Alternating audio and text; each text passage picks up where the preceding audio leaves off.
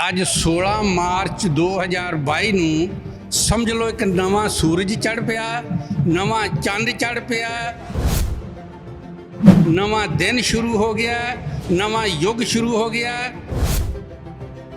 ਮੁਗਲਾਂ ਦਾ ਕਹਿ ਲਓ, ਜਿੱਦਾਂ ਚੋਰਾਂ ਦਾ ਕਹਿ ਲਓ, ਸਾਰਾ ਯੁੱਗ ਖਤਮ ਹੋ ਗਿਆ ਔਰ ਅੱਛੇ ਦਿਨ ਸ਼ੁਰੂ ਹੋ ਗਏ ਪੰਜਾਬ ਦੇ ਵਾਸਤੇ।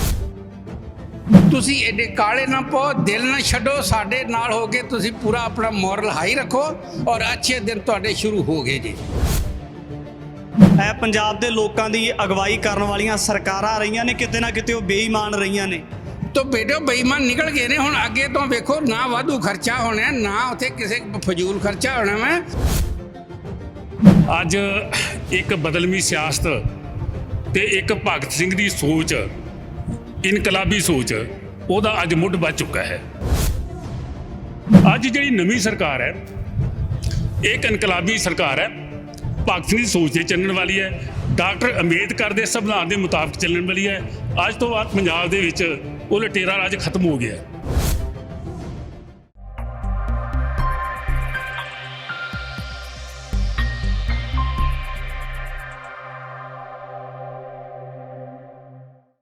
ਆਮ ਆਦਮੀ ਪਾਰਟੀ ਦੇ ਵੱਲੋਂ ਹਾਲ ਦੇ ਵਿੱਚ ਮੁੱਖ ਮੰਤਰੀ ਬਣੇ ਸ੍ਰੀ ਭਗਵੰਤ ਮਾਨ ਜੀ ਦੇ ਹਲਫਨਾਮਾ ਸਮਾਗਮ ਦੇ ਵਿੱਚ ਸ਼ਿਰਕਤ ਕਰਨ ਵਾਸਤੇ ਪੰਜਾਬ ਦੇ ਲੋਕ ਵੱਡੀ ਤਾਦਾਦ ਦੇ ਵਿੱਚ ਪੁੱਜੇ ਨੇ। ਸਾਡੇ ਨਾਲ ਮਹਾਲੀ ਤੋਂ ਕੁਝ ਲੋਕ ਨੇ, ਉਹਨਾਂ ਦੇ ਨਾਲ ਗੱਲਬਾਤ ਕਰ ਲੈਂਦੇ ਆ।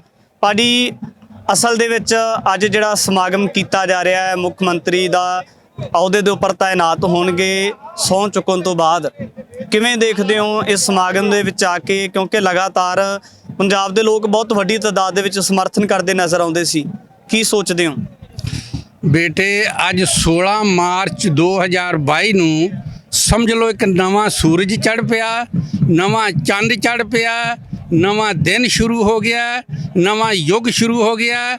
ਮੁਗਲਾਂ ਦਾ ਕਹਿ ਲਓ, ਜਿੱਦਾਂ ਚੋਰਾਂ ਦਾ ਕਹਿ ਲਓ, ਸਾਰਾ ਯੁੱਗ ਖਤਮ ਹੋ ਗਿਆ ਔਰ ਅੱਛੇ ਦਿਨ ਸ਼ੁਰੂ ਹੋ ਗਏ ਪੰਜਾਬ ਦੇ ਵਾਸਤੇ। ਬਹੁਤ ਵੱਡੀ ਗੱਲ ਕਹਿ ਰਹੇ ਹੋ, ਅੱਛੇ ਦਿਨ ਹੋ ਗਏ। ਕਈ ਵਾਰੀ ਅੱਛੇ ਦਿਨਾਂ ਦੀ ਗੱਲ ਉਦੋਂ ਵੀ ਚੱਲੀ ਸੀ ਜਦੋਂ PM ਮੋਦੀ ਆਇਆ ਸੀ, ਜਦੋਂ ਅੱਛੇ ਦਿਨਾਂ ਦੀ ਗੱਲ ਕਰਦਾ ਸੀ ਉਦੋਂ ਵੀ ਅੱਛੇ ਦਿਨਾਂ ਦੀ ਗੱਲ ਚੱਲੀ ਸੀ। ਤਾਂ ਕਿਤੇ ਨਾ ਕਿਤੇ ਜਿਹੜਾ ਪੰਜਾਬ ਦੇ ਲੋਕਾਂ ਨੂੰ ਉਸ ਕਹੀ ਹੋਈ ਗੱਲ ਦਾ ਖਮਿਆਜ਼ਾ ਭੁਗਤਣਾ ਪਿਆ ਸੀ। ਅੱਜ ਕਿਹੜੀ ਗੱਲ ਦੇ ਮੱਦੇਨਜ਼ਰ ਕਹਿ ਸਕਦੇ ਹਾਂ ਕਿ ਅੱਛੇ ਦਿਨ ਆ ਰਹੇ ਨੇ? ਬੇਟੇ, ਅਸੀਂ 72 ਸਾਲ ਦੀ ਉਮਰ ਦਾ ਸਾਡਾ ਤਜਰਬਾ ਵਿੱਚੋਂ ਦੀ ਬੋਲਦਾ ਹੈ। ਅਸੀਂ ਚੰਗੇ ਮਾੜੇ ਸਾਰੇ ਇਨਸਾਨਾਂ ਨਾਲ ਵੀ ਵੇਖਿਆ, ਦੁਨੀਆ ਵਿੱਚ ਵੀ ਵਿਚਰੇ ਆ, ਸਾਰੇ ਵੇਖੇ ਆ। ਬਟ ਦੂਸਰੀ ਗੱਲ, ਅੱਜ ਦੇ ਦਿਨ ਨੂੰ ਤੁਸੀਂ ਮਾੜੇ ਨਾਲ ਕੰਪੇਅਰ ਨਾ ਕਰੋ, ਸ਼ੁਰੂ ਹੋ ਲੈਣ ਦਿਓ। ਤੇ ਅਸੀਂ ਜਿਹੜੇ ਜੁੜੇ ਆ ਨਾ, ਸਹੀ 72 ਸਾਲ ਦਾ ਤਜਰਬਾ ਵੇਖ ਕੇ ਜੁੜੇ ਆ, ਤੇ ਇਸ ਕਰਕੇ ਤੁਹਾਨੂੰ ਗਰੰਟੀਆਂ ਵੀ ਦਿੰਦੇ ਆ ਔਰ ਦਿੱਤੀਆਂ ਵੀ ਗਈਆਂ ਸਾਡੇ ਅਰਵਿੰਦ ਕੇਜਰੀਵਾਲ ਜੀ ਵੱਲੋਂ, ਸਰਦਾਰ ਭਗਵੰਤ ਸਿੰਘ ਮਾਨ ਜੀ ਵੱਲੋਂ। ਤੁਸੀਂ ਐਡੇ ਕਾਲੇ ਨਾ ਪਾਓ, ਦਿਲ ਨਾ ਛੱਡੋ, ਸਾਡੇ ਨਾਲ ਹੋ ਕੇ ਤੁਸੀਂ ਪੂਰਾ ਆਪਣਾ ਮੋਰਲ ਹਾਈ ਰੱਖੋ ਔਰ ਅੱਛੇ ਦਿਨ ਤੁਹਾਡੇ ਸ਼ੁਰੂ ਹੋ ਗਏ ਜੀ। ਨਹੀਂ, ਕੁਝ ਇਸ ਤਰ੍ਹਾਂ ਦੇ ਫੈਸਲੇ ਹੁੰਦੇ ਆ ਜਿਨ੍ਹਾਂ ਫੈਸਲਿਆਂ ਤੋਂ ਕਈ ਵਾਰੀ ਤਗਾਜ਼ਾ ਲਗਾਇਆ ਜਾ ਸਕਦਾ ਕਿ ਇਸ ਤਰ੍ਹਾਂ ਦੇ ਜਿਹੜੇ ਭਵਿੱਖ ਦੇ ਵਿੱਚ ਜਿਹੜੇ ਆਉਣ ਵਾਲੇ 5 ਸਾਲ ਹੈ, ਉਹਨਾਂ 5 ਸਾਲਾਂ ਦੇ ਵਿੱਚ ਫੈਸਲੇ ਲਏ ਜਾ ਸਕਦੇ ਨੇ। ਲੱਗਦਾ ਹੈ ਕਿ ਪਿਛਲੇ ਸਮੇਂ ਦੇ ਦਰਮਿਆਨ ਜੇ ਆਪਾਂ ਦਿੱਲੀ ਦੀ ਸਰਕਾਰ ਦੀ ਗੱਲ ਕਰੀਏ, ਉੱਥੇ ਸਰਕਾਰ ਬਣੀ ਹੈ ਸ੍ਰੀ ਅਰਵਿੰਦ ਕੇਜਰੀਵਾਲ ਜੀ ਦੀ, ਤਾਂ ਉਸ ਸਰਕਾਰ ਨੂੰ ਦੇਖ ਕੇ ਪੰਜਾਬ ਦੇ ਹਾਲਾਤਾਂ ਦਾ ਕੀ ਤਗਾਜ਼ਾ ਲਗਾਇਆ ਜਾ ਸਕਦਾ ਹੈ? ਸਾਰੇ ਹੀ ਚੰਗੇ ਹੁੰਦੇ ਨੇ ਬੇਟੇ। ਜੇ ਤੁਹਾਨੂੰ ਦਿੱਲੀ ਬਿਠਾ ਦਈਏ, ਕਿਸੇ ਨੂੰ ਵੀ ਬਿਠਾ ਦਈਏ, ਔਖਾ ਕੰਮ ਕੋਈ ਨਹੀਂ। ਹਰ ਕੋਈ ਭਲਾ ਹੀ ਸੋਚਦਾ, ਜੋ ਹੋਏਗਾ ਬਹੁਤ ਵਧੀਆ ਹੋਏਗਾ, ਪੰਜਾਬ ਦੇ ਭਲੇ ਲਈ ਹੋਏਗਾ। ਔਰ ਇਹ ਜਿਹੜੇ ਲੀਡਰ ਜਿਹੜੇ ਇੱਥੋਂ ਤੱਕ ਪਹੁੰਚੇ ਆ, ਸੁਲਝੇ ਹੋਏ ਹੁੰਦੇ ਨੇ, ਉਹਨਾਂ ਨੂੰ ਪਤਾ ਹੁੰਦਾ ਜੇ ਬੇਈਮਾਨੀ ਨਾ ਹੋਵੇ ਤੇ ਬੰਦਾ ਕੁਛ ਵੀ ਆਪਣਾ ਚੰਗਾ ਕਰ ਸਕਦਾ, ਭਲਾ ਕਰ ਸਕਦਾ ਦੁਨੀਆ ਦਾ, ਜਦੋਂ ਨੀਅਤ ਚੰਗੀ ਹੈ। ਬੇਟੇ, ਮੈਂ ਇੱਕ ਹੱਥ ਜੋੜ ਕੇ ਬੇਨਤੀ ਪੰਜਾਬ ਵਾਲਿਆਂ ਨੂੰ, ਆਪਣੇ ਵੀਰਾਂ ਵੋਟਰਾਂ ਨੂੰ ਕਹੂੰਗਾ, ਸਭ ਤੋਂ ਪਹਿਲਾਂ ਤੇ ਧੰਨਵਾਦ ਕਰਦਾ ਕਿ ਸਾਰਿਆਂ ਦੀ ਇੱਕੋ ਸੋਚ ਹੋ ਕੇ ਉਹਨਾਂ ਨੇ ਜਾਤ ਪਾਤ ਨਹੀਂ ਵੇਖੀ, ਉਹਨਾਂ ਨੇ ਕੋਈ ਕਿਸੇ ਧਰਮ ਵੱਲ ਨਹੀਂ ਵੇਖਿਆ, ਉਹਨਾਂ ਨੇ ਬਦਲਾਅ ਵੇਖਿਆ ਤੇ ਇਹ ਬਦਲਾਅ ਉਹਨਾਂ ਹੀ ਲਿਆਂਦਾ। ਪਰ ਪਲੀਜ਼ ਤੁਸੀਂ ਸਾਥ ਦਿਓ ਤੇ ਐਵੇਂ ਇੱਧਰ ਉੱਧਰੋਂ ਅਫਵਾਹਾਂ ਛੱਡਣ ਵਾਲਿਆਂ ਦੇ ਪਿੱਛੇ ਲੱਗ ਗਿਆ, ਆਹ ਹੋ ਗਿਆ, ਆਹ ਹੋ ਗਿਆ, ਆਹ ਹੋ ਗਿਆ।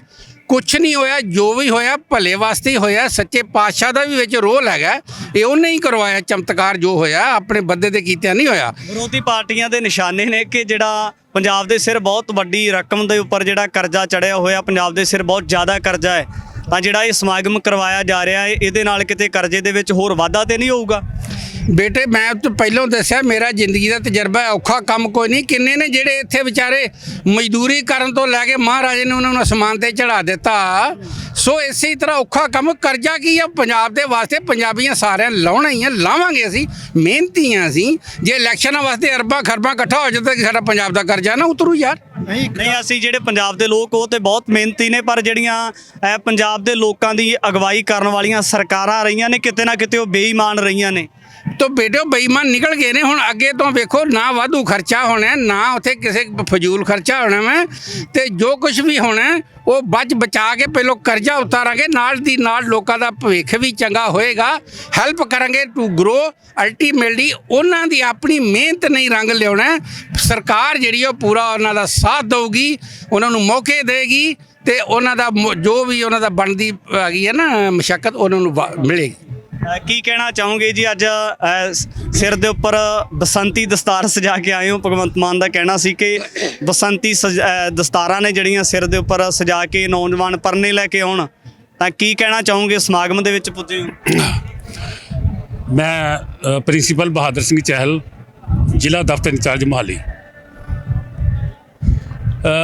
ਮੈਂ ਅੱਜ ਇਹ ਕਹਿਣਾ ਚਾਹਾਂ ਕਿ ਅੱਜ 16 ਤਰੀਕ ਹੈ ਜਿਹੜੀ, ਇਸ ਨੂੰ ਪੰਜਾਬ ਦਾ ਅੱਜ ਪੋਲੀਟੀਕਲ ਇਤਿਹਾਸ ਹੈ ਜਿਹੜਾ ਉਹ ਬਿਲਕੁਲ ਬਦਲ ਗਿਆ।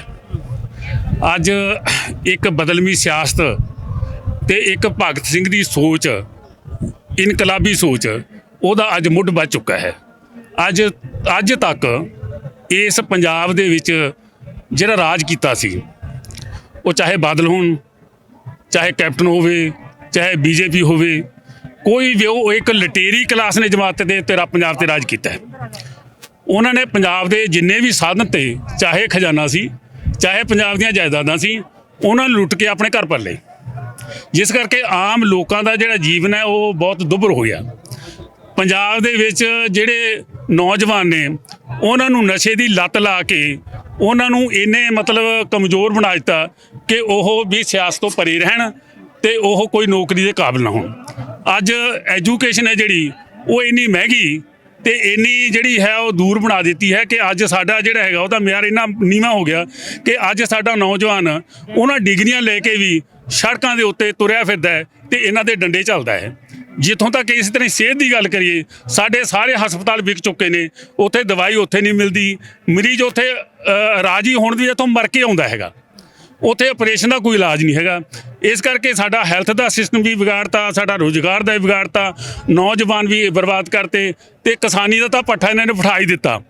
ਇਹ ਜਿਹੜੀ ਦੂਸਰੀ ਇੱਕ ਸਰਕਾਰ ਸੀ ਉਹ ਪੰਥ ਦੇ ਨਾਂ 'ਤੇ ਸਾਨੂੰ ਗੁੰਮਰਾਹ ਕਰਦੀ ਰਹੀ, ਪੰਥ ਦੇ ਨਾਲ ਧੋਖਾ ਵੀ ਕਰਦੀ ਰਹੀ। ਪੰਥ ਦੀਆਂ ਜਿਹੜੀਆਂ ਰਵਾਇਤਾਂ, ਸਿੱਖ ਕੌਮ ਦੀਆਂ ਜਿਹੜੀਆਂ ਕਲਚਰ ਸੀ, ਉਸ ਨੂੰ ਜਿੰਨਾ ਉਹਨਾਂ ਨੇ ਢਾਹ ਲਾਈ ਹੈ, ਜਿੰਨਾ ਵਿਗਾੜਿਆ, ਚਾਹੇ ਗੁਰੂ ਗ੍ਰੰਥ ਸਾਹਿਬ ਦੀ ਬੇਅਦਬੀ ਦਾ ਮਸਲਾ ਹੋਵੇ, ਚਾਹੇ ਉਹ ਸਾਡੇ ਜਿਹੜੇ ਸਿੱਖ ਇਤਿਹਾਸ ਹੈ ਉਹਦੇ ਵਿੱਚ ਗੁਰੂਆਂ ਦੀ ਬੇਅਦਬੀ ਕਰਨ ਵਾਸਤੇ 12ਵੀਂ ਦੀ ਜਮਾਤ ਦੇ ਵਿੱਚ ਬਹੁਤ ਕੁਝ ਐਡ ਕੀਤਾ ਗਿਆ, ਔਰ ਇਹਨਾਂ ਦੀ ਮਿਲੀ ਭੁਗਤ ਨਾਲ ਹੋਇਆ ਕਿਉਂਕਿ ਦਲਾਲੀ ਦਾ ਕੰਮ ਕਰਦੇ ਸੀ। ਅੱਜ ਜਿਹੜੀ ਨਵੀਂ ਸਰਕਾਰ ਹੈ, ਇੱਕ ਇਨਕਲਾਬੀ ਸਰਕਾਰ ਹੈ, ਭਗਤ ਸਿੰਘ ਦੀ ਸੋਚ 'ਤੇ ਚੱਲਣ ਵਾਲੀ ਹੈ, ਡਾਕਟਰ ਅੰਬੇਦਕਰ ਦੇ ਸੰਵਿਧਾਨ ਦੇ ਮੁਤਾਬਕ ਚੱਲਣ ਵਾਲੀ ਹੈ। ਅੱਜ ਤੋਂ ਬਾਅਦ ਪੰਜਾਬ ਦੇ ਵਿੱਚ ਉਹ ਲਟੇਰਾ ਰਾਜ ਖਤਮ ਹੋ ਗਿਆ। ਹੁਣ ਪੰਜਾਬ ਦੇ ਵਿੱਚ ਲੋਕਾਂ ਦਾ ਰਾਜ, ਆਮ ਲੋਕਾਂ ਦਾ। ਇਸ ਕਰਕੇ ਉਹਨਾਂ ਨੂੰ ਵਧੀਆ ਵਿੱਦਿਆ ਮਿਲੇਗੀ, ਵਧੀਆ ਸਿਹਤ ਸਹੂਲਤਾਂ ਮਿਲੇ, ਵਧੀਆ ਰੁਜ਼ਗਾਰ ਮਿਲੇਗਾ। ਕੀ ਲੱਗਦਾ ਕਿ ਜਿਹੜੇ ਭਵਿੱਖ ਦੇ ਵਿੱਚ ਆਮ ਆਦਮੀ ਪਾਰਟੀ ਦੇ ਨੁਮਾਇੰਦਿਆਂ ਦੇ ਵੱਲੋਂ ਜਾਂ ਜਿਹੜੀ ਹਾਈ ਕਮਾਂਡ ਉਹਨਾਂ ਦੇ ਵੱਲੋਂ ਫੈਸਲੇ ਲਏ ਜਾਣੇ ਚਾਹੀਦੇ ਆ, ਉਹ ਸਭ ਤੋਂ ਪਹਿਲੇ ਫੈਸਲੇ ਕਿਹੜੇ ਲੱਗਦੇ ਨੇ ਕਿ ਉਹਨਾਂ ਫੈਸਲਿਆਂ ਨੂੰ ਮੁੱਖ ਰੱਖ ਕੇ ਜਿਹੜਾ ਪੰਜਾਬ ਦਾ ਨੌਜਵਾਨ ਉਹਨੂੰ ਰੁਜ਼ਗਾਰ ਮਿਲ ਸਕੇ ਔਰ ਚੰਗੀ ਜਿਹੜੀ ਐਜੂਕੇਸ਼ਨ ਮਿਲ ਸਕੇ ਔਰ ਜਿਹੜਾ ਪੰਜਾਬ ਦੇ ਸਿਰ ਕਰਜ਼ਾ ਚੜਿਆ ਹੋਇਆ ਹੈ ਉਹਦੇ ਤੋਂ ਨਿਜਾਤ ਪਾਈ ਜਾ ਸਕੇ? ਦੇਖੋ, ਪਹਿਲੀ ਗੱਲ ਤਾਂ ਹੈ ਪੰਜਾਬ ਦੇ ਵਿੱਚ ਮੁੱਢਲੀਆਂ ਜਿਹੜੀਆਂ ਸਿਹਤ ਸਹੂਲਤਾਂ ਨੇ ਜੋ ਦਿੱਲੀ ਮਾਡਲ ਦੇ ਉੱਤੇ ਕੀਤੀਆਂ ਨੇ, ਜਿਵੇਂ ਸਿੱਖਿਆ ਹੈਗੀ ਆ, ਸਿਹਤ ਹੈਗੀਆਂ, ਜਨ ਸੇਵਾ ਹੈਗੀਆਂ, ਉਹਨਾਂ ਨੂੰ ਮਜ਼ਬੂਤ ਕੀਤਾ ਜਾਊਗਾ। ਦੂਸਰੀ ਗੱਲ, ਰੁਜ਼ਗਾਰ ਦੇ ਸਾਧਨ ਪੈਦਾ ਕਰਨ ਵਾਸਤੇ ਸਾਡਾ ਜਿਹੜਾ ਖਜ਼ਾਨਾ ਹੈ, ਜਿਵੇਂ ਆਮ ਲੋਕ ਜਿਹੜੇ ਕਹਿ ਰਹੇ ਨੇ ਕਿ ਖਜ਼ਾਨਾ ਖਾਲੀ ਹੋ ਗਿਆ, ਕਿਵੇਂ ਭਰੂਗਾ?